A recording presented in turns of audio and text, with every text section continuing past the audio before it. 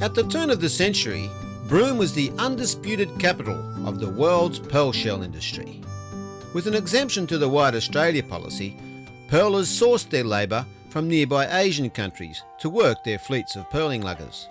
Within a decade, the town quickly grew from just a handful of hopefuls to several thousand people attracted by the largest pearl shells on earth. Men spent weeks and months at sea, and on their return would make camp along the foreshore of Roebuck Bay. Soon, a ramshackle shanty town sprung into life.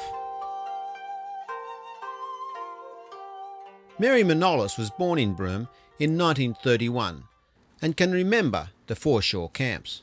It used to be a camp here for the workers, the pearling workers, like the labourers. You know, Asian people, Japanese and Chinese, Malaysian people. But the camps were strictly men only. They used to have men working, not with their wives here, just all men. The hundreds of shacks that lined the foreshores were makeshift affairs, often constructed from whatever was laying around.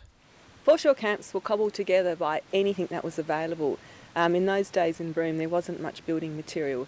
There was old wrecked lugger bits, the masts were often used to make the posts in the buildings. There was pressed tin, or basically it was kerosene tins that had been flattened out. There was a bit of corrugated iron. There was tarpaulins making sort of rough shelters for the men. Broken bits of crockery, bottles and rusting chunks of iron are all that remain of the bustling foreshore camps today. All the shacks have gone, bar one. Amidst the mangroves and tidal mudflats south of Broome Township lives Vic, the last of the shack dwellers. Vic spends his days gleaning the mangroves and mudflats for driftwood and objects washed up by the tides. His home is constructed from the remains of old shacks and the flotsam and jetsam delivered by the whims of nature.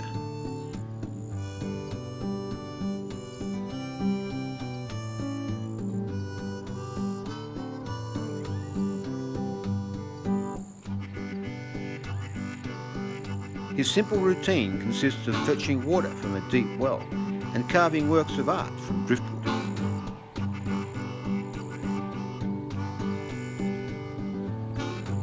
Vic's shack is a living link to a way of life that was once commonplace in Broome. Throughout Broome's colourful past, corrugated iron remained the universal building material, especially in Japtown, or as it is known today, Chinatown. Some of the buildings in Japtown were again built by the Japanese carpenters and shipwrights when they weren't working on the luggers.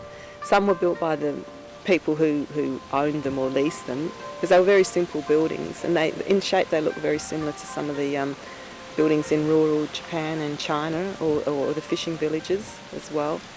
The tin sheeting was lightweight and easily transported. It was termite resistant and it cooled down quickly. Beyond the hustle and bustle of Chinatown, and in stark contrast to the foreshore camps, were the homes of wealthy pearling masters. These were shaded bungalows with wide verandas, often set amongst cool landscape gardens. Now, many of Broome's buildings pay homage to the town's proud architectural heritage. Builders like to promote their constructions as Broom Style. The concept of Broom Style houses, I think now in Broome, has become a bit of a sort of romantic notion. And there are some new houses, many new houses in Broome that have been built according to some of the design concepts that were used in the early days. But the majority of houses that we find in Broome now, even though they're clad in corrugated iron, are not what I consider Broom Style houses. Broome is now well established on the tourist track, but for Vic, a century could have passed without him even knowing.